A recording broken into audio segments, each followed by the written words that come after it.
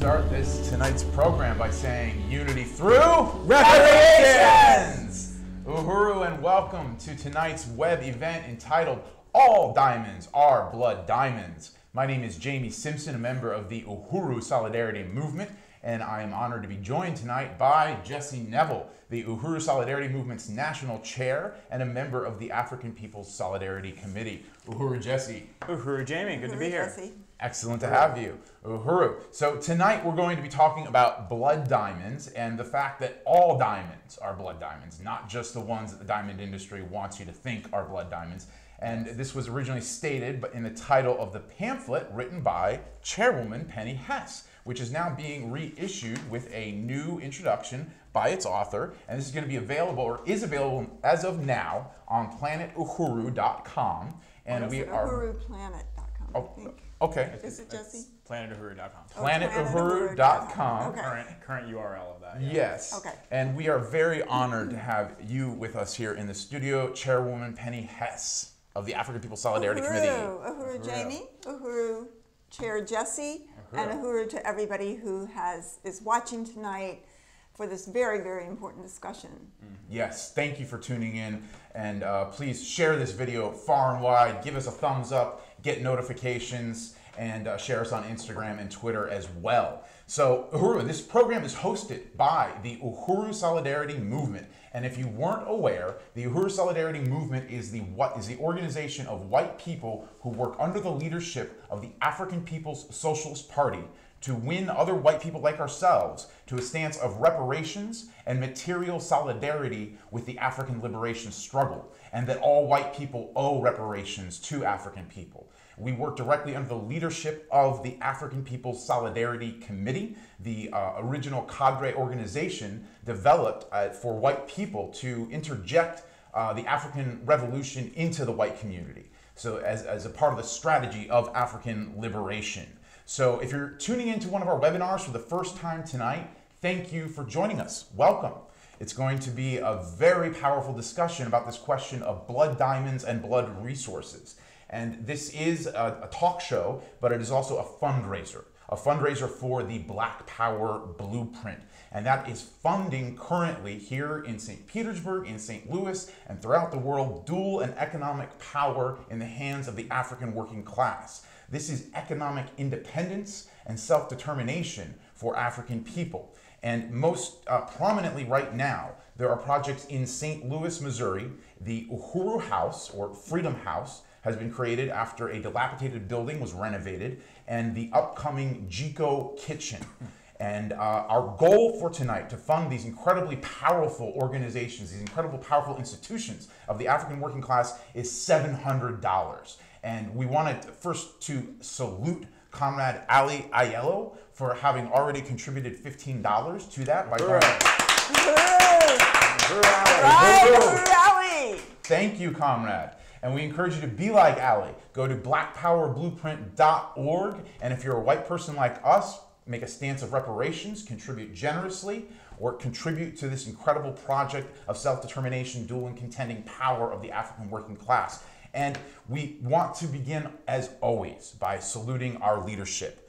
Chairman Omali Yeshitela, the person, the man without whom we would not be here tonight, the leader of the worldwide African revolution under the leadership of the African working class, the vanguard of the African revolution in the world today. Uhuru, Chairman Omali Yeshitela.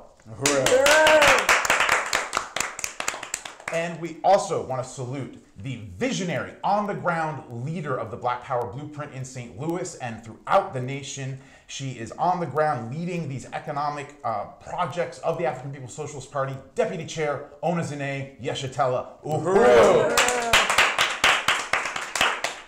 And we really want to salute the African People's Socialist Party, the organization that formed us. The Uhuru Solidarity Movement, originally forming the African People's Solidarity Committee in 1976. And without that call from the African working class for white people to work under African revolutionary leadership with other white people, bringing them to the stance, we wouldn't be able to be here today telling you about these incredibly important institutions of the African working class. And I want to salute the first white person to have taken this stance of material solidarity with reparations to African people, Chairwoman Penny Hess of the African People's Solidarity Committee. Uhuru. Thank you, Chairwoman. And we also want to salute, and I want to turn it over to the chair, the national chair of the Uhuru Solidarity Movement, Jesse Neville. Uhuru. Uhuru. Glad to be here. Thank you, Jamie. And shout out also to our studio audience. Yes. All of you who are here with us. And I want to join in saluting the leadership of Chairman Omali Yeshitela, the African People's Socialist Party, Deputy Chair Onezene Yeshitela, and the Black Power Blueprint. And just want to, again, welcome everybody to this webinar tonight, or this web talk show, as we say. And this is part of a broader series of online talk shows that are hosted every single week, including here on Uhuru Solidarity Movement, on our Facebook and YouTube channel, but also on the Black Power Blueprint YouTube and Facebook channel, alternating on Tuesday nights. And this is part of a campaign, the Black Power Blueprint Reparations Campaign, coordinated by APSC Chairwoman Penny Hess. And so many of you have contributed to these amazing projects, the Black Power Blueprint, economic and political power in the hands of the African working class right there in St. Louis. But it's bigger than that. It's bigger than just St. Louis. It's tied to a global strategy of the Uhuru movement to unite and liberate Africa and African people everywhere under the leadership of the African working class. So I want to shout out Ali for getting us started and encourage people throughout the night. Don't wait. Just throughout the night, keep going to blackpowerblueprint.org. Put in your contribution. We have a goal to raise $700 tonight. And also, in addition to being able to get a copy of the All Diamonds Are Blood Diamonds pamphlet, which has a new introduction and a new cover and is featuring a new intro by Chairwoman Penny, you can also get these shirts that we're wearing here tonight, which say "Stolen from Africans" and have all the resources that have been stolen from Africa that must go back into the hands of African people as reparations. You can get these and other shirts that we have on planetahuru.com. So I just wanted to appreciate being able to be here and say that this project, the Black Power Blueprint, has been transformational. It's changed the conditions in St. Louis already, and it is something that has been able to happen because of, first and foremost, the leadership of the party and the African working class on the ground making it happen. And as part of that strategy, the support from thousands of people, from Africans investing in building the future of their own economy and a future for their children, and from white people who have taken a stand in reparations to African people. And because of all the support from people who have tuned into these talk shows for the past over a year, we've seen different phases of this project unfold. It went from, like you said, an abandoned building into a beautiful community center. The two condemned buildings across the street were demolished. That was another phase. That was phase 2 of the fundraising, and paved the way to make what is going to be a marketplace and a garden, and there's a 50-foot flagpole with the red, black, and green flag waving in the sky above the Uhuru House in the colonized and exploited African working class community of North St. Louis. So it's very powerful, and now we're in stage 3 of the funding campaign that's gearing up to go into overdrive now to build the Uhuru Jiko Community Commercial Kitchen, another amazing dual power program of the Uhuru movement that plants the seed of an independent African economy and the seizure of power over the means of food production and distribution in the hands of the African working class. So that's what this is about tonight, and you can go to, again, blackpowerblueprint.org, take out your debit card, your credit card, go ahead, it's easy, put in your contribution, and we will announce it on the air tonight. Yes, we will. Uhuru, thank you very much, Comrade Jesse. And I'm remiss if I hadn't mentioned Jesse, as the national chair of the Uhuru Solidarity Movement, is also a member of the National Central Committee of the African People's Solidarity Committee. And I really want to put you forward for that, Conrad, and I want to put forward the African People's Solidarity Committee, without which we wouldn't be here as the Uhuru Solidarity Movement. And again, its Chairwoman Penny Hess, author of All Diamonds Are Blood Diamonds, author of Overturning the Culture of Violence, and so many institutions and programs of the Uhuru movement. Salute Chairwoman Penny Hess. Uhuru. Uhuru. Uhuru, Jamie, and Jesse, and everybody who's watching tonight. I really appreciate this event. I'm very excited about it. I want to join in saluting, of course, Chairman Omali Yeshitela, who is and who has fought for the last 50 years and more for the total liberation of Africa and African people everywhere. He has put his life on the line. He has he has been attacked. He has had his house firebombed. You know, just so many different ways that he has gone up against the state to take this stand in an uncompromising way. The only person, the last man standing, they call him, because he continues to fight for the African Revolution and for revolution all around the world as the main trend, the liberation of all African and colonized peoples on this planet and the destruction of U.S. imperialism. And he is still fighting for this and ushering in a new period in which revolution is again the main trend in the world. I also want to salute Deputy Chair Ona Zanea-Shatella, who you just talked about, the incredible, powerful leadership of this African woman, so typical of the African People's Socialist Party and the African Revolution, who has been on the ground in St. Louis, and not just there, you know, leading the more than 30 institutions of the African People's Socialist Party that differentiate the African People's Socialist Party from anything else that is out there, that answers the question when there's a protest of to what end? To what end? What is the end of this? That the African People's Socialist Party is fighting for political and economic power in the hands of the African working class and building institutions as the infrastructure of a liberated Africa and African peoples. Very, very, very excited. I want to salute Deputy Chair for leading the Black Power Blueprint and so many other fronts. Very historic, and all the members, the leading members and rank and file members of the African People's Socialist Party. So we are, as a Uhuru Solidarity Movement, taking on this question, all diamonds are blood diamonds. It's so interesting because this question of blood diamonds and what are they is something that does strike a nerve. And we've gotten, you know, we're building a tour. USM is building a tour that's going to be in how many cities? 9 or 11 cities? 10 cities. 10 cities throughout the United States that's coming up, starting in just 2 weeks. Up in Boston, the East Coast, the Midwest, here in the Florida region, and out on the West Coast as well. You can find out about it at uhurusolidarity.org. It's going to be very, very dynamic. But, you know, in response, we have gotten some emails from people just around this question of blood diamonds and what it means. So, you know, it's generating and always has generated a very profound response. And we recently got an email from a diamond dealer in Boston who must have seen the posters for the event there in Boston, who was very defensive and saying and trying to assure us that his diamonds are not blood diamonds because first of all, they just find them on the ground in Botswana. And, you know, he also wanted to assure us that his parents were members of the Communist Party and he has relatives who were supportive of the Black Panthers, not to mention some are gay.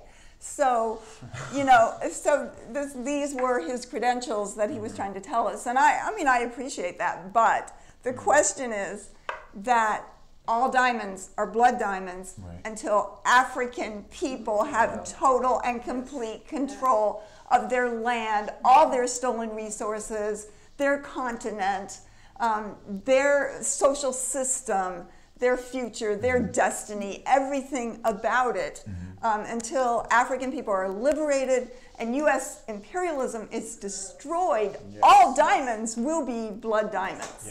So we just want to start by saying that. And, you know, we've had this campaign now for a number of years. I mean, I think this was written around 2006, 2006. So that is 13 years ago.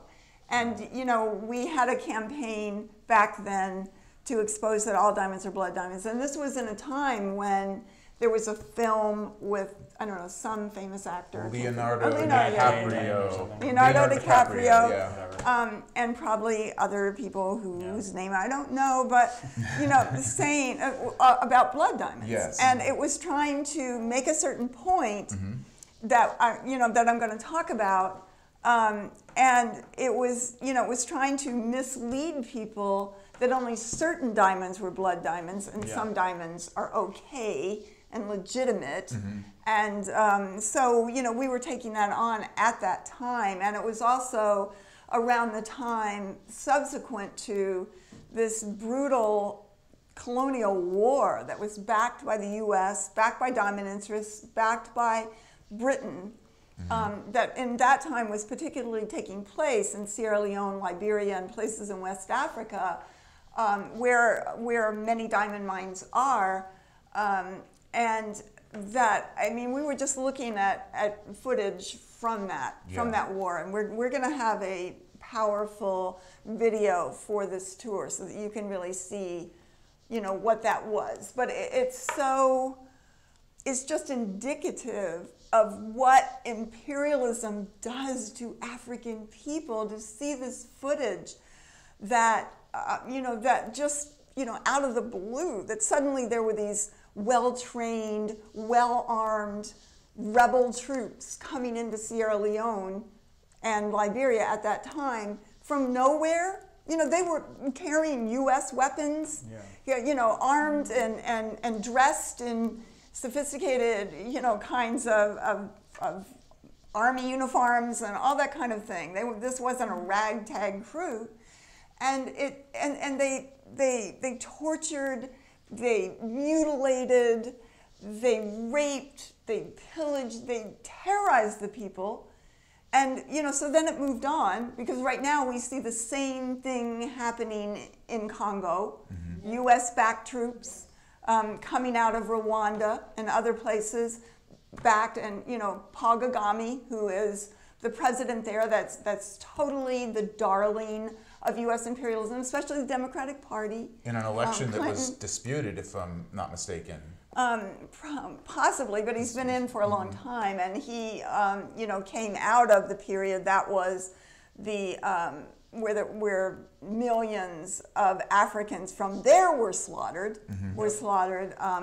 based on U.S. backing, and there's a tremendous analysis of that Chairman Omali Yeshitela and Secretary General Louise Kinshasa of the African People's Socialist Party and African Socialist International have given, that you could probably find on the Burning Spear newspaper .com. But so that was happening, and then now these troops are being obviously backed and armed by U.S. imperialism and other imperialist things, and they're coming across the borders into Congo, now fighting for the mineral coltan, which is, I think, titanium, which conducts electricity and is necessary for every computer and cell phone, among many other things, in the world. And Congo, inside of Congo, is about 80% of the world's reserves of this coltan. Wow. And so, you're seeing horrible rapes, horrible mutilations, horrible murder, something that had never happened in the history of Africa, something that represents colonialism and what Europeans have done to Africans for 600 years. So it's the same struggle, and whether we would be talking about coltan, whether we would be talking about platinum, whether we would be talking about diamonds, we're talking about the same thing, the inability of African people to have control of their own resources, that Africans are used as pawns and enslaved human beings on their own land to just keep ripping out of the soil whatever it is that imperialism needs or wants at any given time. And so this question is serious, and it continues on today. Back in 2006, we had a demonstration in New York City where De Beers Diamonds was having a conference, and it was, you were there, weren't you, Jamie? And it was really powerful, and I think it was the coldest day of the year. The polar vortex of that year was set in. Yep. It was 5 in degrees February. below It zero, was 5 at least. degrees below zero, and we were out there demonstrating for many hours. It was really powerful, and it really it really did impact them. We also sent people into that conference who disrupted it and took video of what was going on. And I believe they took on Nicky Oppenheimer of the De Beers Company himself.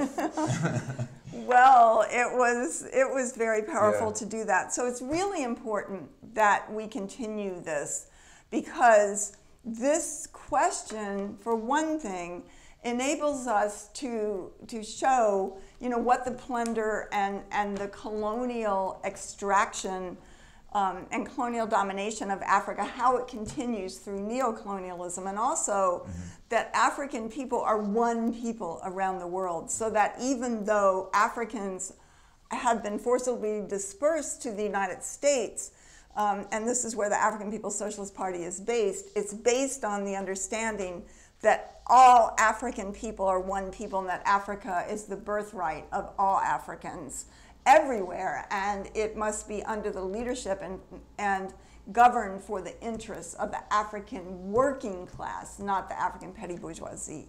So, it's really powerful. And as a member of the African People's Solidarity Committee, the organization of white people that was formed by the African People's Socialist Party to extend the African Revolution inside the belly of the beast, inside of white society, that our job is to win other white people to become African internationalists, to begin to see the world as African workers, and the majority of the people on the planet Earth experience it, and the world as it really is, not as we want to see it. This is our job as the African People's Solidarity Committee, and our mass organization is the Uhuru Solidarity Movement. And these are both organizations that are led by, that are of the African People's Socialist Party. This is not charity. This is not NGO. This is not anything like that. This is a strategy for African liberation, and that is our job. And that's why it's very, very exciting, because our work is to win and turn back reparations, the stolen loot, back over to the African Revolution. And this is why, we are taking on this question of the diamonds. And, the African People's Solidarity Committee was formed in 1976, and I was there. It was actually here in St. Petersburg, Florida, not at the Uhuru House, but in St. Petersburg, Florida, not too far from here, a few blocks away at a church, was the founding conference. I happened to be there, and, once I heard the analysis of Chairman Omali Yeshitela and the African People's Socialist Party, I couldn't really walk away from that. Yeah. I couldn't put it down. In fact, I would just see it everywhere. And I remember I was with my mom, and I was, I would be like, oh, because now I could analyze everything. Oh, this is where, those resources are stolen from them. Oh, this is where, from around Louisville, Kentucky, that was a state that bred African people, and just all of this, seeing the world in a different way was just exploding in my brain. And I remember my mother saying, well, do you have to be so negative about everything?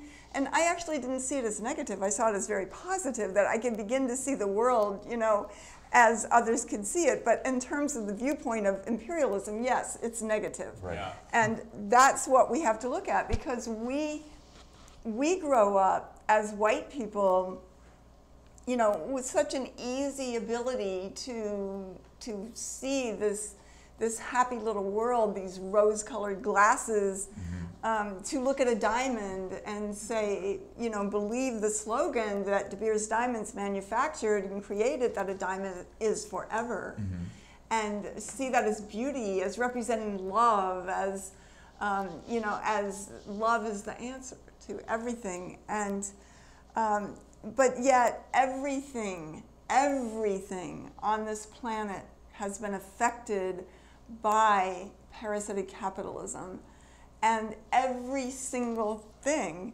has another side, has a backstory, so to speak, and that backstory is based on the most profound suffering the world has ever known, is based on war and rape and enslavement and kidnapping and pillage and genocide. And, you know, as the chairman says, every horrible thing that a human being could even think of to do to somebody else, that's what this system is built on. And so once we begin to see that, begin to see the world as it really is, everything is dripping with blood. Yes. You know, I mean, you can say, oh, I love to go hiking out in the Sierras, but that was the land. How many indigenous people were slaughtered so that we could hike there, so that we could ski there, so that we could, you know, just whatever we have the resources to do, we can just go do any place. The beauty of this land, but this is not our land, and we see it, we have it based on genocide and our complicity with that, our playing a role in the massacres and slaughters of indigenous people, and how, you know, every inch of this land is soaked in the blood of African people who were enslaved by the millions and millions, by the hundreds of millions, who were worked to death, whose dignity was taken away from them. Everything, they were reduced to just the survival level. They could be attacked and used as work machines, as sexual objects, as forced to sing or anything else, anything that any white person wanted. Any white person had the power of life and death over an African. So everything about this country, the lynchings that we carried out, the torture, the terror, the burnings that we perpetrated against African people, against their whole towns here inside the borders of the United States, all of America is soaked in the blood of African and indigenous people. And we, you know, to me, that understanding has to be really raw every day. We can never come to terms with that. We can never compromise with that. We can never accept it. We can never accept it because we have had a place in, you know, it couldn't have carried it out without having white people on the pedestal. So, and they do it in our names too. Exactly, and we did it ourselves. Yes. We volunteered to do this. So basically, you know, the African People's Socialist Party, Chairman Omali Yeshitela, created the African People's Solidarity Committee based on the fact that the wealth of Europe, the wealth of white people in North America, and wherever we are, because we're white people in South America, in the Caribbean, in Africa itself, as settler colonizers, you know, in Israel, in Australia, we're all over the world. We pursued the legacy of colonialism, and we went there to be good colonizers and to make a living at the expense of the hideous suffering of the people. So, you know, so this question of a diamond, and we're taking a diamond in a way because it's a symbol. It's a symbol of how we see the world, but underneath it is blood, is terror. And this is the reality of everything on this planet, that we sit on that pedestal. So I just want to say a few things about this, and then you know, we'll talk about it more when we are on this tour. So I hope you'll come. But first of all, De Beers Diamonds is a cartel that controls a huge percentage of all the diamonds of the world. And De Beers has always been very clever at using marketing and, you know, Mad Men, whatever. So a lot of women did their marketing, by the way. And one of the things that they did was, diamonds are not rare, especially after Europeans, after the British discovered these diamond mines in Africa and in southern Africa. Could you say a bit about that and the De Beers I'm going to company? say, I'm going to say something about it. But one of the things that they did was they manufactured scarcity. And they made a profit from it by basically using enslaved African labor on stolen African land. So they had a huge profit right there. And then they kept a huge percentage of all diamonds off the market so that they could increase the prices of them through this manufactured scarcity. And, you know, that they found that that people, you know, white people needed to buy more diamonds. So they started this marketing campaign after the Second Imperialist War, basically in 1948, and they invented their person, which was actually a white woman, PR person, invented the slogan, "Diamonds are forever." And so it became entwined with the invention of a diamond engagement ring and a diamond ring, which as a wedding ring, which most people did not have that. Maybe they had a little ring, maybe a little gold ring, maybe a little ruby on it or something, but it really wasn't diamonds. And so they created this market in which probably even today, I would say 90% of married white couples in the United States and certainly in other parts of the world as well wear diamond engagement rings and you know, diamond wedding rings, and that this was supposed to be, it was supposed to cost the guy, the husband, whatever, 2 months' salary. Right. 2 months' salary for that. And they've created this whole thing, this whole myth. But in fact, diamonds are really not worth it. And their prices actually are plummeting quite a bit right now in the world. So this is that in response to this campaign? It is. Well, yes.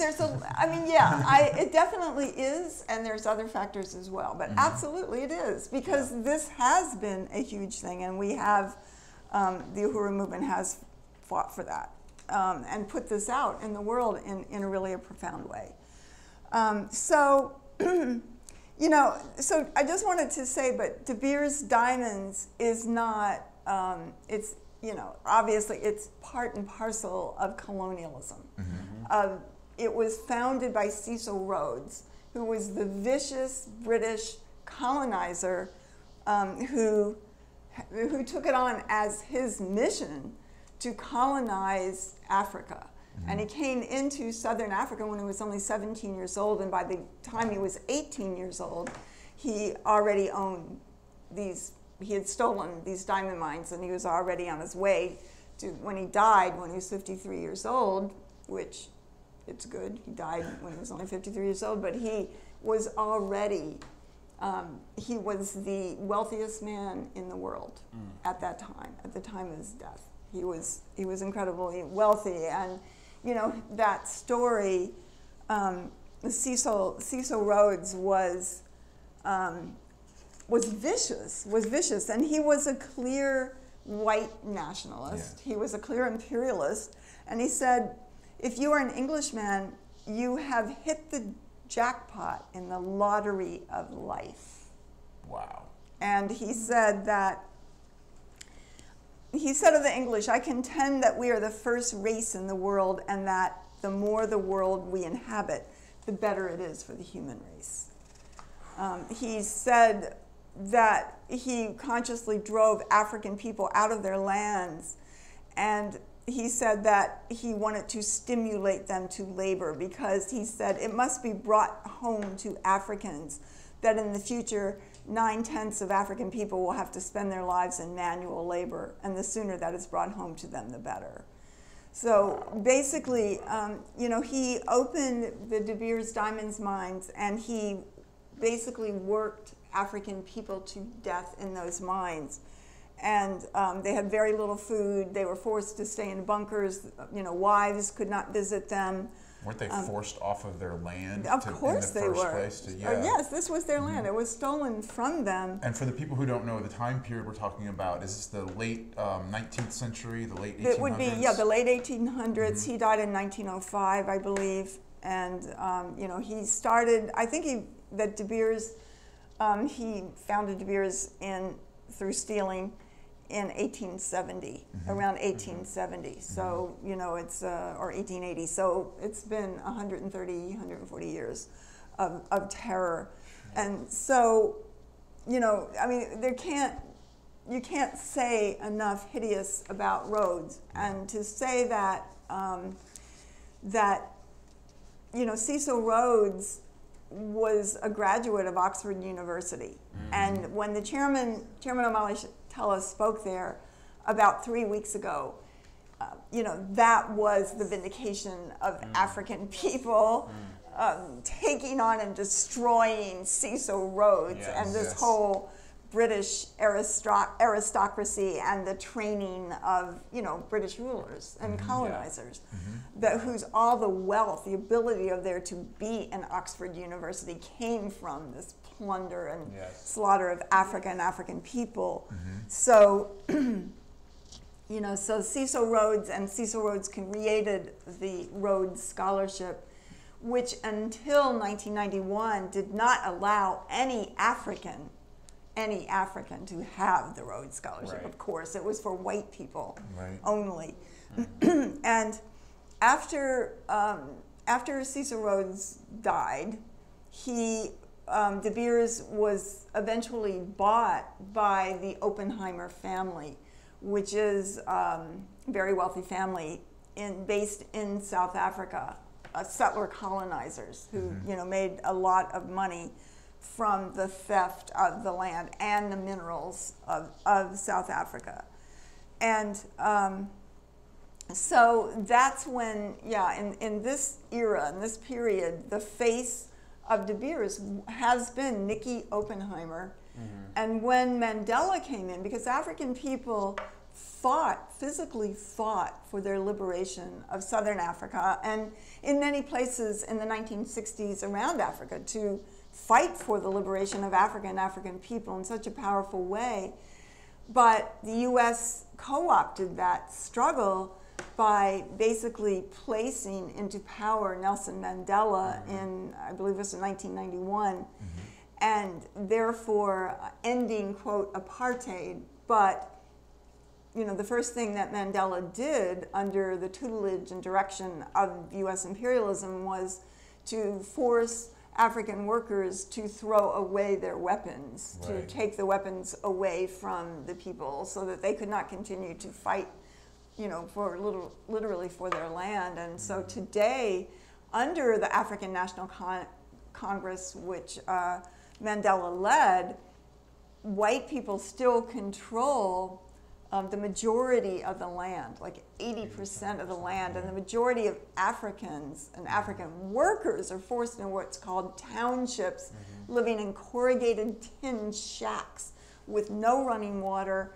no plumbing, no food, nothing, on these isolated land bases where they can't even, you know, grow their own food, or, you know, it's hideous. You know, it's hideous to think about. And Mandela really slapped the face of African people in many ways, but one of them was by having his picture taken with Nicky Oppenheimer, shaking his hand in front of statue of Cecil Rhodes. So that just tells the whole story. You know, this is a good point, Chairwoman Penny, for me to just interject in the interest of the audience. The term, and for those who are regulars, I apologize, but neocolonialism. Could you speak to the meaning of that term and how it applies to what you're talking about here? Well, I mean, I think that neocolonialism has been defined really clearly by Chairman O'Malley Chatella and the African People's Socialist Party,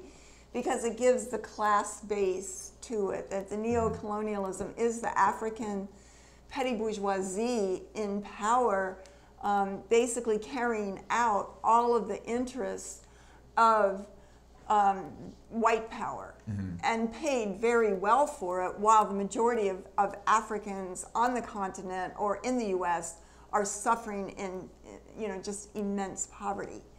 And, that neocolonialism, basically, it continues colonialism, but it just has African people, leading the country. And in order to do that, they had to imperialism had to kill the leaders, the African leaders who were there to fight for the interests of the people like Patrice Lumumba, who, imperialism killed and slaughtered and killed him, shot him, cut up his body into pieces and put it into acid to make him an example of what would happen if you struggle, if you are an African. Because Patrice Lumumba stood up to the Belgians who had colonized Congo and said, these resources are going to African people. And, Congo's one of the richest in mineral resources in the world areas. And a lot of that basically signed his death warrant, because within 3 months he was captured, he was kicked out of office, and ultimately in a few months after that he was murdered and slaughtered. And they put in Joseph Mobutu, and they gave him so many resources.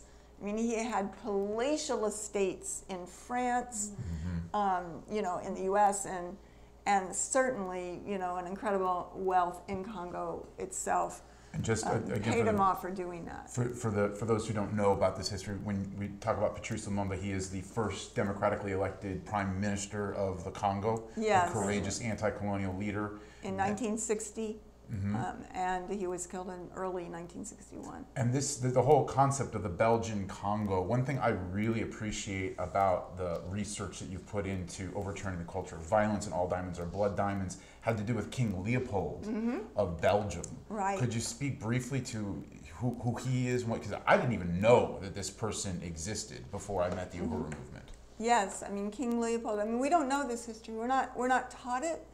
But yet we know as white people that something is happening, that that there are two different realities, and we try to keep ourselves isolated, insulated, and basically separated from the people on the planet Earth.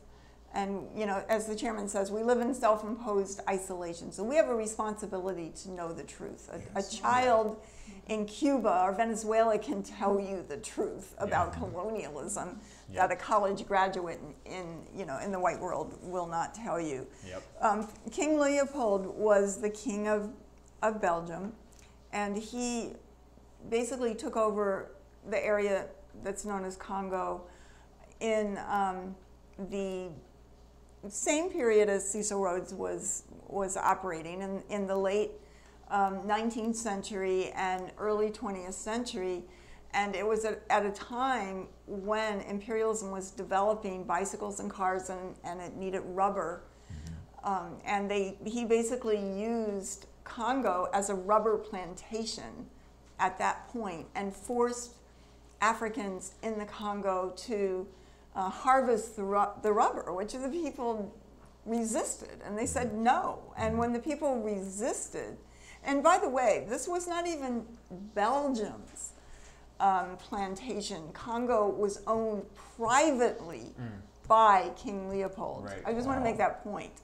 And it made billions and billions and billions of dollars for him. And when he died, when Leopold died, he left in his will, he left the Congo and the people in it to white people of Belgium. Wow. And so that's why in Antwerp, I saw a monument that says, "Thank you, King Leopold, for giving us the Congo." Wow. So it says, so it's so like it's he these distributed the wealth within the white parasitic nation, right, instead of keeping it, a private possession yeah, of the finally monarchs? when he died, yeah, he was like, well, I'm going to turn this over to white people of Belgium, and which is why it's one of the richest countries in the world. And the statue of this genocidal perpetrator still stands in Belgium to this day. Is this what you're saying? Oh, of course. Wow. Anyway, that's a whole other story. But yes, but the thing is that what he did, what Leopold did, was of course he had armies. He had his own private armies. He had all of this, and he, and there's reports of this. There's letters by people who were there, including missionaries, and they had their own role in imperialism. But some of them were quite shocked at what Leopold did, and if Africans did not comply, he would cut off their hands, and he of children, men and women, and there were so many hands cut off that they created mountains of hands. These are in letters written from witnesses, from eyewitnesses at the time. There were mountains of hands.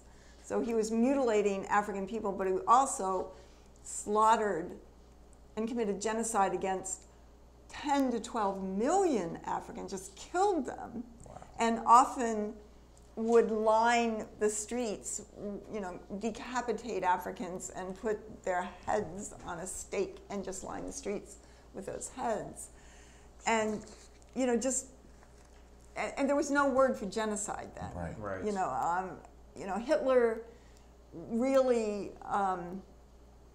stated his appreciation for King Leopold, but also for Cecil Rhodes, and what Cecil Rhodes did, and just use that as a model for what he did, not the other way around. It's like they try to tell us that the greatest and first genocide was of Europeans against other Europeans, the Germans against Jews, and that everything else was, after that. But but that's a lie, because all Europeans, including Jews, participated in genocide against African people and indigenous people in these lands, but against African people in Congo, in South Africa, in what was called Rhodesia, now Zimbabwe, in Namibia, which was called Southwest Africa, which is a German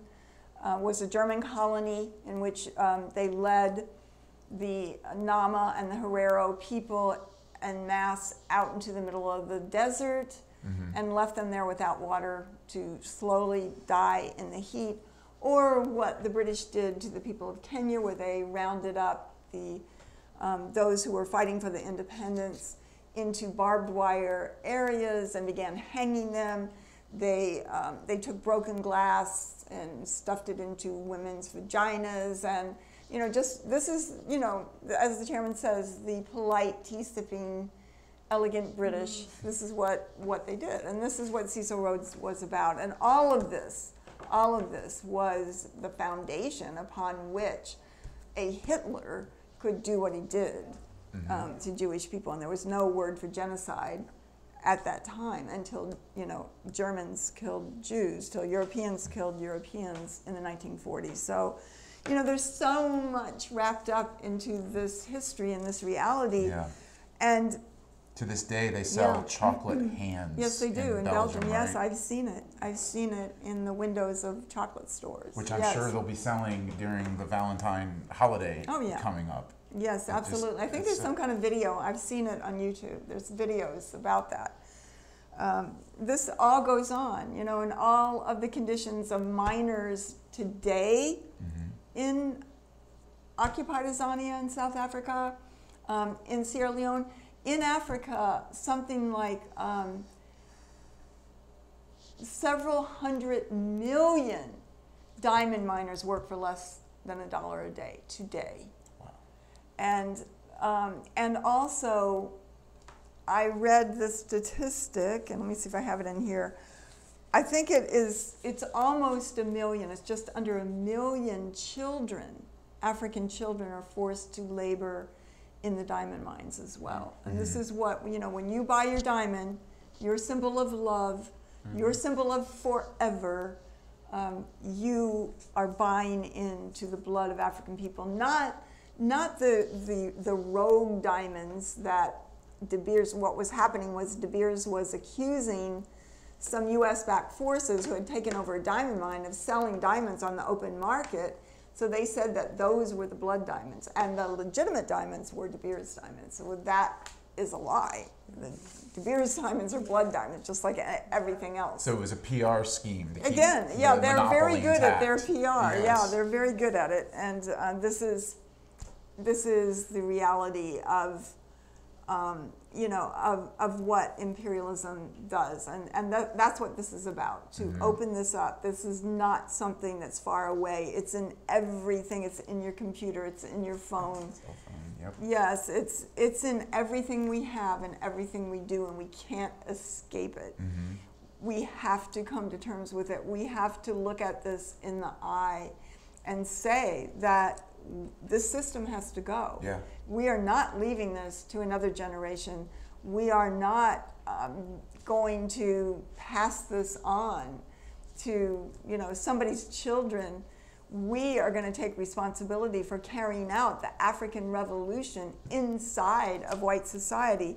I just wanted to say before closing that there's one more thing, let me find it here, that, this thing about the pedestal and that all white people sit on the pedestal, including white workers, including women, including LGBT, including oppressed sectors of the white population, sit on this pedestal of the oppression of African people, and we've always sought to find and to secure for ourselves our rights and resources and a higher standard of living while maintaining that pedestal so that we could be in the position that we're in. And the pedestal being the oppression of African people absolutely. And the rest of the people on planet Earth. Yes. And, Cecil Rhodes, for example, was very, very clear about that. I can't find my quote exactly, but he said that imperialism is a bread and butter question. Yes. In order to avoid civil war inside of Europe or inside the United States, we must become imperialist. So he was clear. Yes, he was clear that there had to be resources for white people, for white workers, or there was going to be civil war. And we see this. We see how the left in this country and in Europe are about, basically not ending colonialism, but replacing the ruling class with themselves, or at least sharing in the loot experienced by the 1%, And this is what the left is, and it has betrayed and sold out the African Revolution over and over again. So we have the ability to take a principled stand, to join humanity, jump off this pedestal by carrying out the work of the African Revolution ourselves, by being Black power in whiteface, by being able to, win others. We've got to overturn this system. There is no compromise possible. There is no reform. There is no reform. It can't be reformed. It must go. It must go. And that the African Revolution, control of the diamonds, control of the coltan, all the resources, is about opening up the possibilities for the future, a world in which all human beings can live, nobody at the expense of anybody else. It's a world, a beautiful world that I want to be part of, a world that sees things the way they really are. Yes. We aren't, just about, as the party says, explaining the world, but changing the world. And we can't be consumers of information. We must act. So we're calling on you to donate to Black Power Blueprint, which is the organization of power, political power on the north side of St. Louis, as Jesse talked about, buying up buildings that have been abandoned and turning them over, renovating them with your support that we've done all throughout the last year, with the ability to rapidly, under Deputy Chair's leadership, transform them into working institutions. There's going to be 2 buildings were demolished a few months ago, last summer, with support from people, because it's not cheap. It's not free to demolish buildings. It costs about $20,000 or more to do that. And now that site has a beautiful 50-foot flagpole with the red, black, and green enormous flag flying every day on that, from that pole, which is such an incredible symbol of African liberation and African freedom. And that land is also going to be this spring transformed into the One Africa, One Nation marketplace where vendors can come and begin to build community commerce. You know, this is just a little bit of what the Black Power Blueprint represents. You can contribute to that. You can also send in your diamonds. You can talk to us about how to do that. They can be given through a 501c3 tax-exempt organization, you know, that is a sponsoring, you know, the African People's Education and Defense Fund that sponsors the project of the Black Power Blueprint, so you can do that. And you can also donate your diamonds back and then buy them. You can buy them yourself again and have a certification of a liberated diamond. A redeemed diamond. Exactly, exactly. So it's very powerful. We also want you to join us on this tour, this US-wide tour that we're going to hear about a little bit more upcoming. Read The Burning Spear, read Overturning the Culture of Violence, and join the Uhuru Solidarity Movement. So let's make our goal tonight. Let's raise the $700 of unity through reparations. All right, salute for Chairwoman Penny Hess of the African People's Solidarity Committee. Thank you for that incredibly incisive overview of the role that white power has played in tearing apart Africa and African people in this bloodthirsty drive for resources, for the theft of resources. Wow, we have some great we have some people to thank. If people and Yes. if you were moved by what Chairwoman Penny said about the theft of resources from African people, you believe African people deserve every resource of Africa as their birthright, you can go to blackpowerblueprint.org and make your contribution today. And here's some people who have already done that. Shout out to Valerie Bronte, who Hooray! put in $25. Valerie! Valerie! So then we have Janice Cant, that we want to thank, who put in $50. Uhuru, All right. And comrade Lisa Watson, who put in $25. Uhuru, Lisa Watson. Thank you so much. Right. Jackson Hollingsworth put in $5. Uhuru Jackson. Uhuru Jackson. Somebody else? Yes, take it we up? have Allison Haney, who put in $25. Uhuru! And we have Ruby Gittleson, who put in $25. Uhuru, Ruby! Could I say something real quick? Please. I just want to. Can we give another round of applause for the presentation Yes. from Chairwoman Penny? And I'm so excited for this tour that the Uhuru Solidarity Movement is going to embark on, and the fact that at many of those events, Chairwoman Penny Hess will be speaking. And you know, there was so much in that presentation that you know was so powerful. And one of the things that really stuck with me was what you were saying about the fact that this reality that we see, that this just immense suffering faced by African people and the vast majority of the people on the planet Earth, that's the other side of everything we experience. That it has to be raw for us. It has to be unbearable. We can't accept it. It can't be normal. It can't be something we just go, well, that's true. Billions of people are starving. Like, that can't be something we just say and think that doesn't like destroy, like doesn't just make you sick. And beyond just wallowing in anguish or whatever, that we have to do something. We have to take action. It has to be channeled into action, into reparations, to African people. And the Uhuru Solidarity Movement is the way to do that. The Black Power Blueprint is the way to do that. So I was just really impacted by that, and the whole statement, the whole presentation, and I really, really appreciate that. And the other thing I wanted to mention, and I am going to make a contribution tonight as well of $25. And I just want to say that, you know, I mean, you talk about this in the pamphlet, Chairwoman Penny, about the role of Jews in the diamond trade, and you talked a little bit about how, you know, there was no word for genocide when all of this was happening to Africans and other oppressed peoples, and that you know, Europe as a whole was involved and complicit, including Jews, until the word genocide didn't exist until a sector of the European population faced a measure of what everybody else had been experiencing under European domination for hundreds of years. And there's this whole slogan associated with the Nazi persecution of Jews, like never again, never again. Right. But it was already happening. Like it was happening in Namibia, and Europeans, including Jews, were like, oh, that's all right. And it was happening over here, it was happening over there, to all these African people and Asia and India and all these people. And then it happens to Jews, and now it's never again.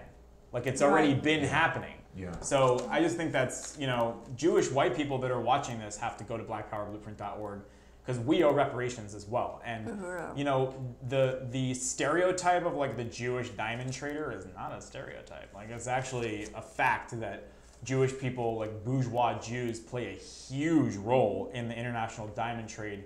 Isn't Oppenheimer Jewish? Yes. The Oppenheimer family? I believe they are. So, but not only that, I love what you talk about in the pamphlet, that it's not even like there's loyalty within the Jewish population around the question of diamonds. Like it's a bourgeois thing to the hilt. It's a colonial bourgeois thing, and there was even Jewish diamond traders that collaborated with the Nazis. The Nazis were killing Jews, but these Jewish bourgeois diamond traders didn't care. And then when Israel started to gain an upper hand, they started putting things in place to block Jewish diamond traders in Belgium.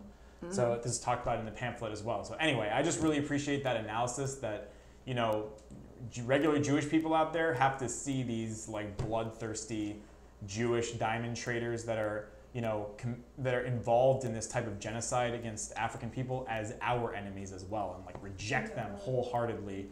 And they don't represent us, they don't speak for us, and that we are part of the Uhuru Solidarity Movement. That's our leadership, that's our representation, is the African People's Socialist Party, Chairman Amali Shatella, and the Uhuru Movement. So thank you for that, Jesse. I really want to unite with that. It's so easy to fall into this kind of lull in this society that we live in and forget about the blood and guts reality of colonial violence, of what's required to keep this pedestal intact, so that we continue to experience this lifestyle that we take for granted as our birthright or something. And we were watching that video earlier, Chairwoman Penny, of Sierra Leone, and the horrific violence that was wrought just in the 90s alone. Yeah. And I remember watching that when I was in my early 20s and I first had joined the movement, trying to understand that. And we couldn't understand it immediately in real time as things are unfolding.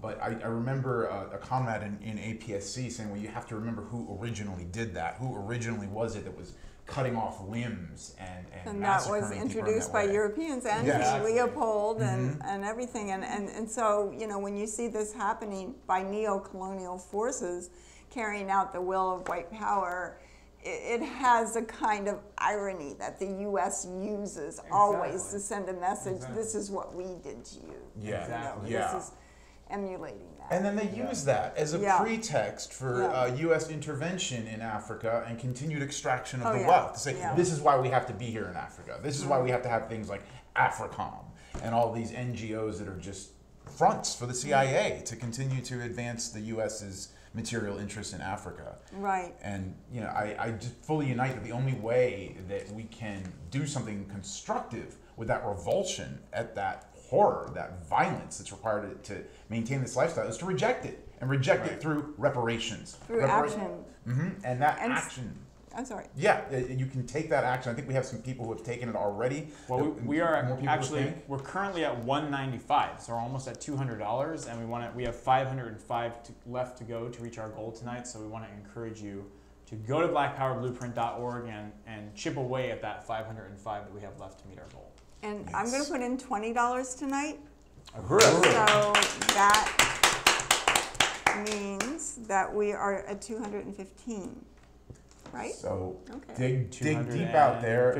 We want to really put forward everyone who has given up until this point, everyone who has given over the months and the past year and a half that this has been going on as a webinar fundraiser. Because of you, this has been possible, and because of you, this will continue to be possible. This will continue to expand as a template for the African working class to have self-determination, to have dual and contending power. And that second part is an important piece of the African internationalist understanding of what's going on here. Because as Chairwoman Penny said, this is not charity. This is solidarity with African liberation and dual and contending power. And the African People's Socialist Party has built the African Socialist International that is building throughout the continent of Africa, that is building where Africans are in Europe, in the Caribbean, and throughout the United States, because the African People's Socialist Party is very serious about taking power in their own hands, about self-government. They are serious about the resistance. They are serious about doing whatever is needed to destroy imperialism, really. It's going to go, and African people are going to be victorious. And so many African, I mean, this understanding of the chairman and African internationalism is sweeping Azania and the young organizers of the party in Azania, and we're talking about South Africa, occupied South Africa, are serious about building in every country of the 12,000 square foot, 12 million square feet? Yeah. I believe miles, million, yeah. Well, 12, I'm sorry, I don't have my quote right, but the enormous mass of Africa. And, you know, African people are going to have it. That is the inevitable course of history. And we can be part of the forward side, or we can go down with this sinking ship that is being, you know, sunk by the people on the planet Earth who want to be free, who want to be liberated, who want white power off their backs. Yes. And you know, one of the things I love about this movement is the incredibly powerful statement: you free Africa, you free the world. And when you're talking about King Leopold, for instance, take for instance the rubber that he worked to death so many Africans to harvest. Then that rubber becomes absolutely crucial for imperialism to communicate with other imperialist nations, with the transatlantic telegraph line that they put at the bottom of the ocean, so that they could better facilitate communication between imperialist nations and put down resistance. Rubber for, you know, military vehicles, all the minerals that are required for the machinery of imperialism to continue murdering people, to continue dropping the bombs. They get it from Africa, and then it feeds right back into that same system. So am I correct that part of the strategy of reparations is to deprive the empire of these resources, that this becomes a type of economic development that happens at the expense of imperialism? Absolutely. It's a contending economy. It's not something that, you know, is an alternative. It's a contending. You know, it's dual and contending power. The more power, the more resources that go back into the hands of the African working class, it is depriving. You know, because it is depriving parasitic capitalism, because capitalism needs the host. You know, it needs the victim to suck the blood. And as it fights back and takes control over its lives, then that's what kills the parasite. Even the diamonds themselves. There's a large percentage of the world's supply of diamonds that go to industrial uses, which is a euphemism for military uses, right? It's because they are such hard substances. They're needed for military equipment, and for more drilling, for yet more mining of more you know, resources to be drained from Africa. So if you're one of the white people out there who wants to do something to bring the U.S. military to a screeching halt, as Jamie is talking about, you can actually contribute to that end by supporting the Black Power Blueprint. Yes. You know, by paying reparations, by building the movement for reparations, joining the Uhuru Solidarity Movement. Go to blackpowerblueprint.org. We have 17 minutes left on our program tonight, and how much do we want to bring in?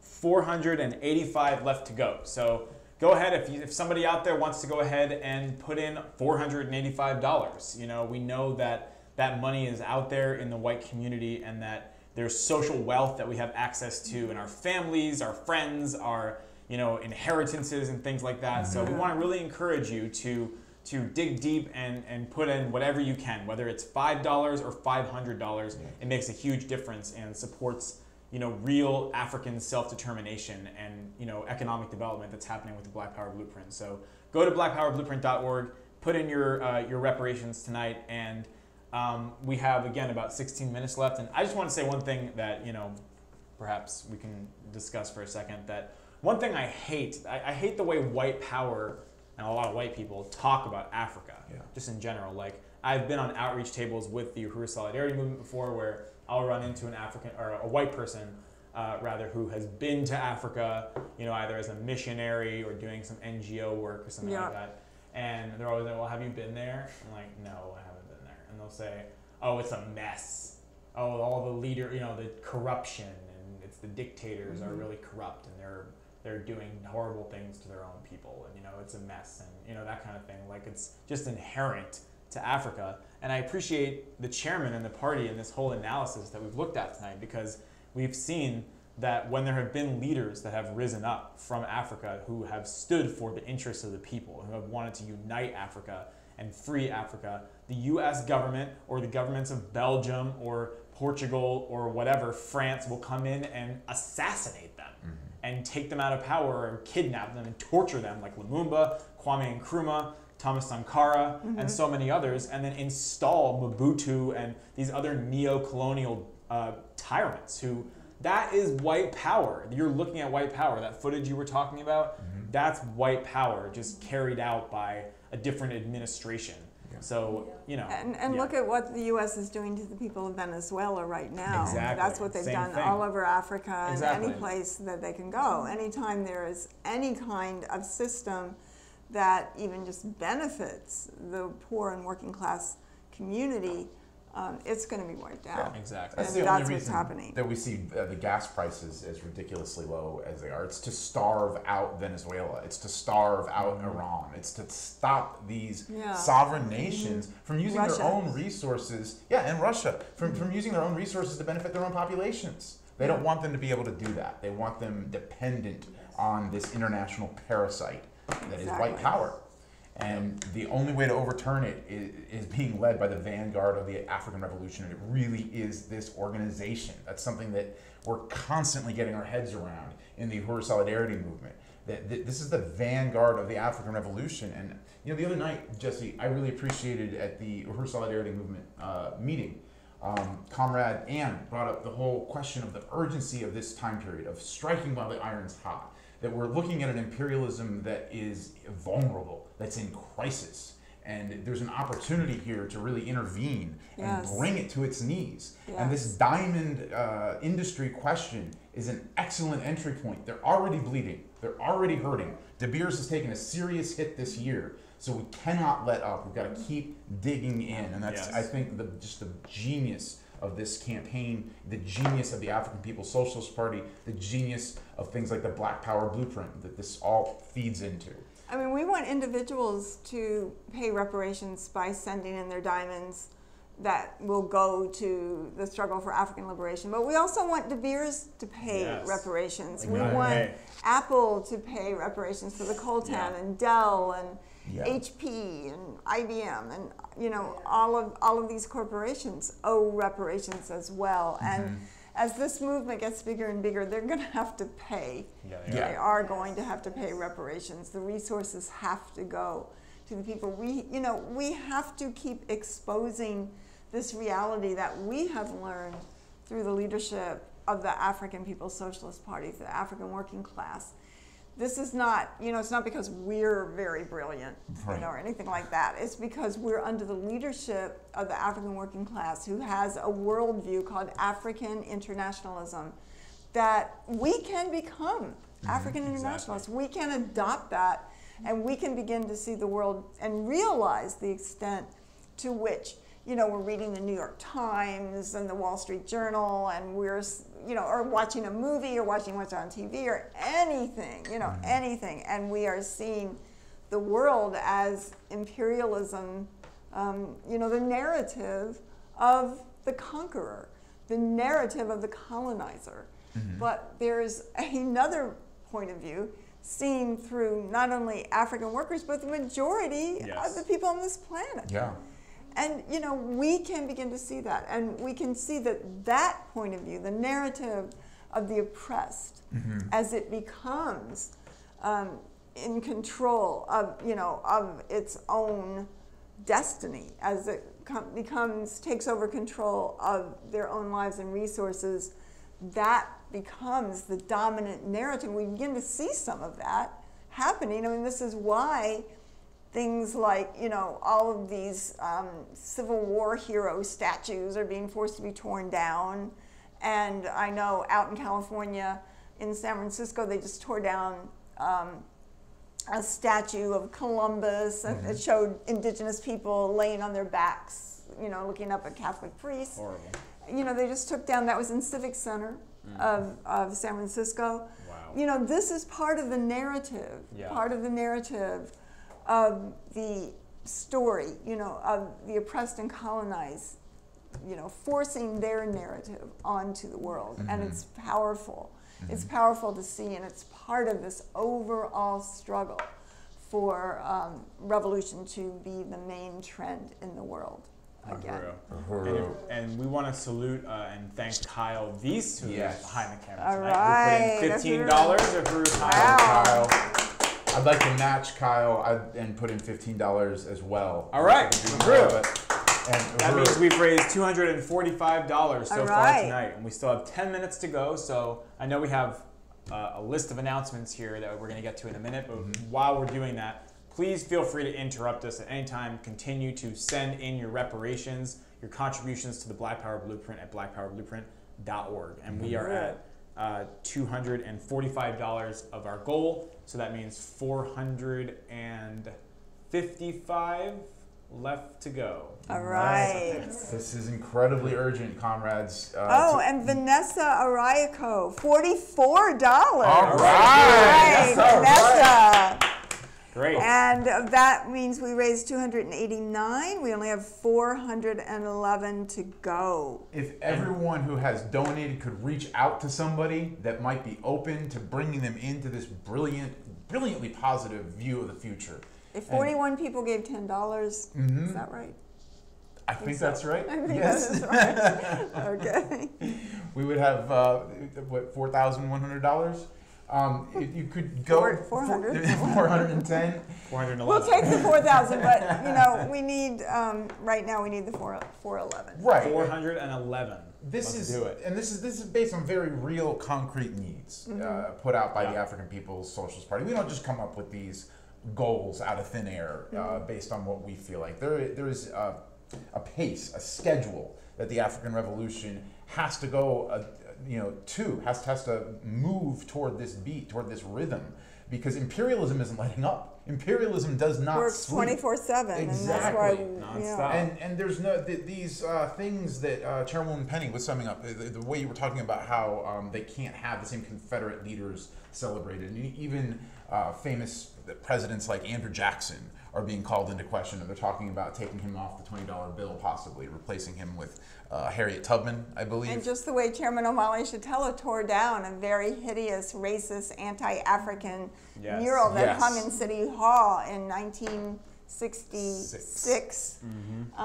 That's part of the same thing that we're talking about, just that the monuments of imperialism, of conquest, of genocide, of enslavement, of colonialism are going. They have to go. And it comes... Kitty Riley, $15. Kitty Riley, who's in our live studio.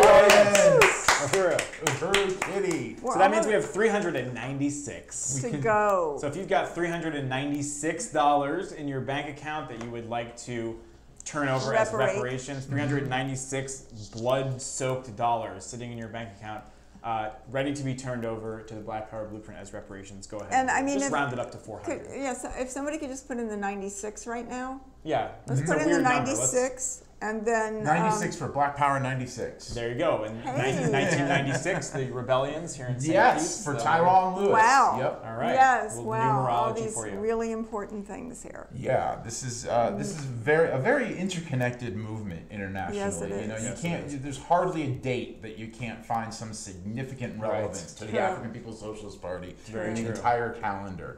So, and I really appreciate your point to Chairman Amalia Shatella. I guess what I was saying was just that we shouldn't be confused that it's the bourgeoisie or America fixing itself. Oh, wait a minute. How, This says how, Renee. how much did Renee put in? Renee says Renee is giving 324. I don't think that's accurate because then it says raised.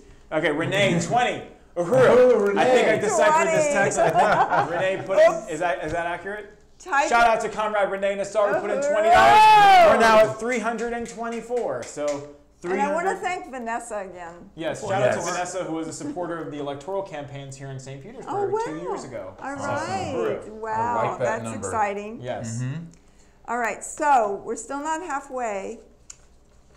So let's just do the 70s. Jackson Hollingsworth put in another 5. Uhuru, we're at $329. Wow. Awesome. Fantastic. And we have 6 minutes. We can do this. We can. It's So if somebody could just put in the 71 right now, we would get that out of the way.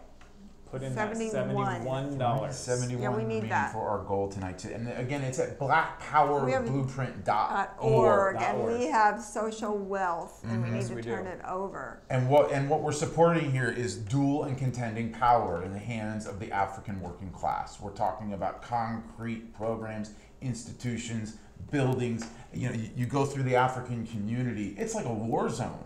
It's a completely different world than the white world. We don't see tree-lined streets. We don't see cozy homes. You know, it looks in large part like a colonized nation. It really is this parallel realm of immense suffering, of people living, if they're lucky, just above the poverty level, of a constant situation of being harassed by colonial police. So if this is something that sickens you, And in Sierra Leone, you know, they say that how many people live on $1.50 a day, but the thing that we found is that the people who made $1.50 a day are people with advanced degrees. yeah, Right. that's People who are school teachers and who Yes. are maybe even an engineer. Yep. They make they make about $50 a month. About $50 a month. So, you know, it's not even like education gets you anywhere. right. Under Exactly. colonialism, it's there's not a grid, there's not an electrical grid in Sierra Leone, and in so much of Africa. Right. Yeah. The Congolese airport does not even have a paved road. Right. They don't even have pavement for their runway. If you fly into Freetown, Sierra Leone, I mean, you're like, well, where is it? Because there's no lights. There's just, as you get closer, you see a few little dots of some kind of lights there on the runway. But it's not like, oh, there's a big bright city and we're flying into it. Right. You're just flying down into darkness. And I would add also that, I mean, we were looking at a video earlier today that had, you know, someone from the Uhuru movement, an African, talking about coming from Sierra Leone to St. Petersburg, Florida. And one of the things he said is that the only difference that he could observe between the conditions of African people in St. Petersburg, Florida and in Sierra Leone was paved roads. But everything else was the same. You know, they were starving, they were facing police murder, they were, you know, being forced out of their homes. There was just abject poverty. It was the same conditions, one Africa, one nation. And we know that many white people can hear that message. And here we have Micah Del Rosario. $20. Uhuru Micah. So that's Micah from Philadelphia. And that means that we have we're almost at half. 300. Yeah, we're almost at half. Literally, we're $1 away. Thank from you, half. Micah. Uhuru, So Micah. from you. Uhuru. We are mining for solidarity with Okay, African liberation. We're We need $1 the away from 51. half. We need the 51. So go ahead and do that. Put in 51. We're going to read some announcements. Though. Allison Haney, sounds like a 21. plan. All right, Uhuru, Allison Uhuru. All So right. we're on the way. We're on the way. Just keep it Okay, coming. we're over half now. We're at 370. We just can't need- stop now. We have to Okay. just We got to keep going. Somebody Yeah. just put in the 30. Just Go put ahead in and put in 30. Get it up to 400, and you know we'll almost be there. So, in the meantime, let's go into some announcements. Yes, Excellent. let's do it. Feel free to interrupt our announcements at any time with a $30 contribution to blackpowerblueprint.org. 10. We Jesse, need one more. 11 $30. Yes, there you go. All right.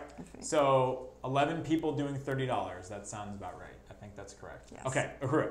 So this was an amazing event, was it not? Incredible presentation. Yes, thank you to everyone. Thank you. And a special shout out to Chairwoman Penny Hess for just all the amazing statements and presentations and the pamphlet on the question of blood diamonds.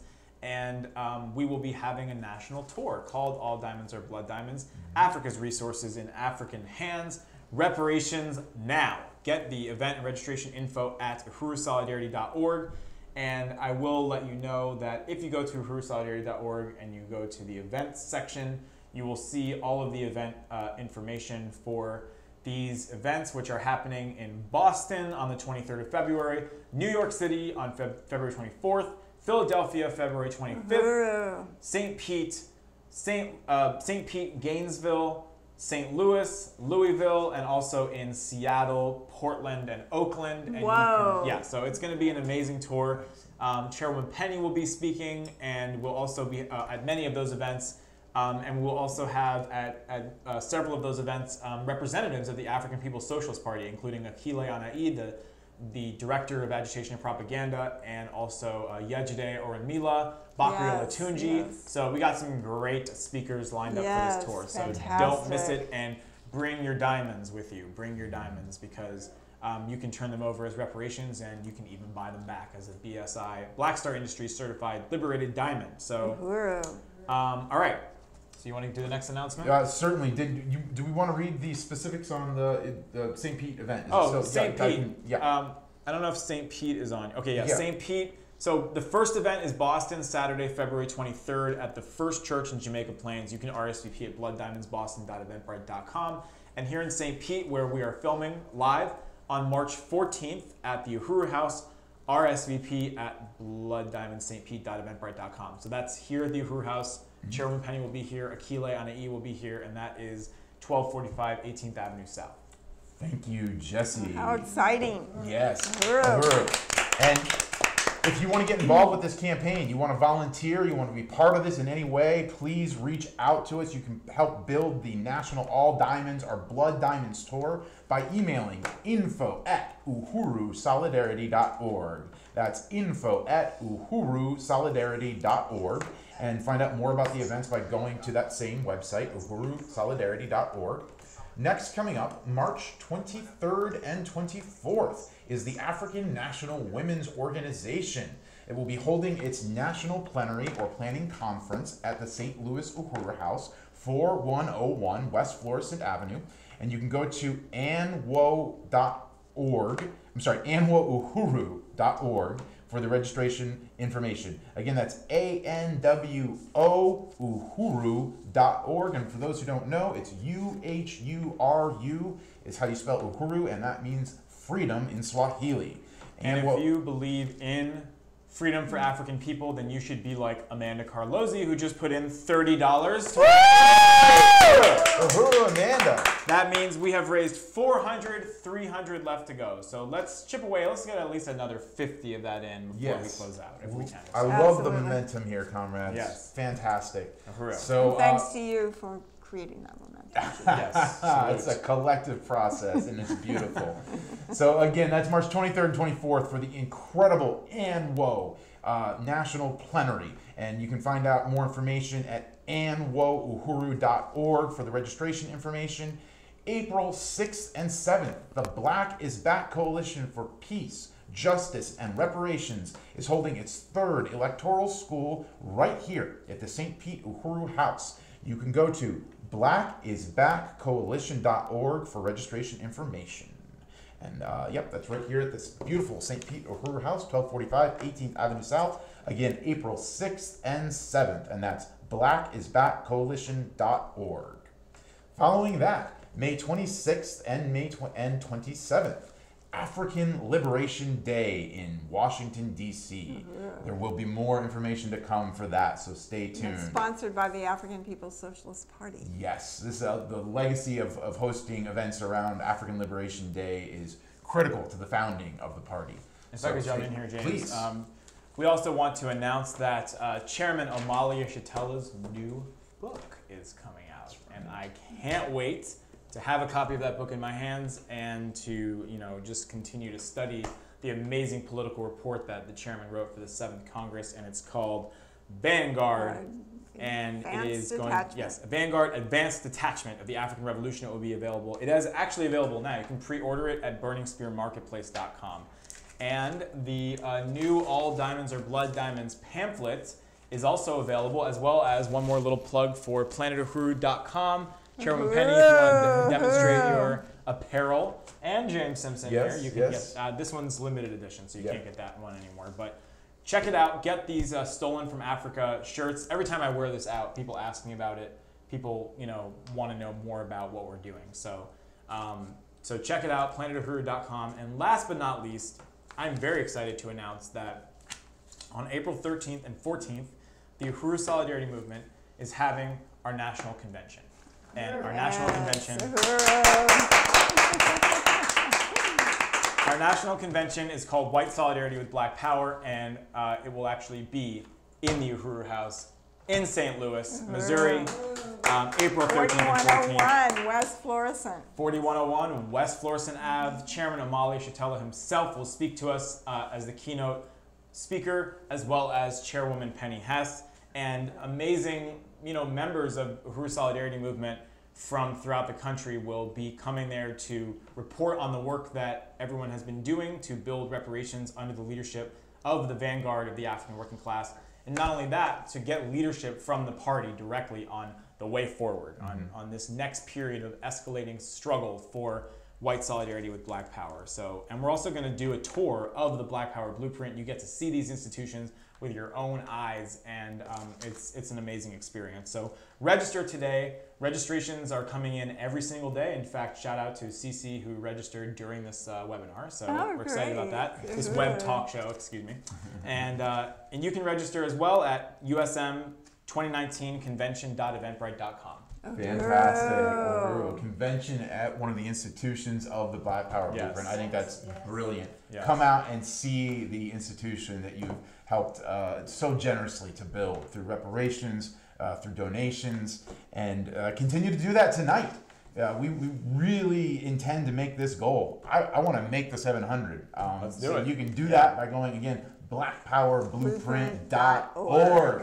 Donate generously. Make your stance of reparations. Make your stance of solidarity with the African Liberation Movement and the vanguard of the African Revolution, the African People's Socialist Party. Yes. So we also, April 16th, the Uhuru Movement is opening one of their famous One Africa, One Nation marketplaces in Portland, Oregon. That's right. Wow. And there will be more information on time, location, how you can volunteer forthcoming.